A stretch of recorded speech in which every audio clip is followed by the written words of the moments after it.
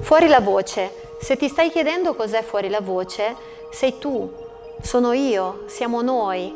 Sono quelle parole che puntano a sensibilizzare le persone contro due argomenti: il bullismo all'interno delle scuole dei ragazzi e la violenza contro le donne. E quindi fuori la voce. Non solo la bellezza esteriore è quella predominante, ma anche quella interiore. Le donne più affascinanti sono quelle che sanno curare le proprie ferite. Ecco perché siamo qui a spingere, no? A portare avanti questo progetto Fuori la voce, per sentire, no? Per tirare fuori la grinta e dire basta.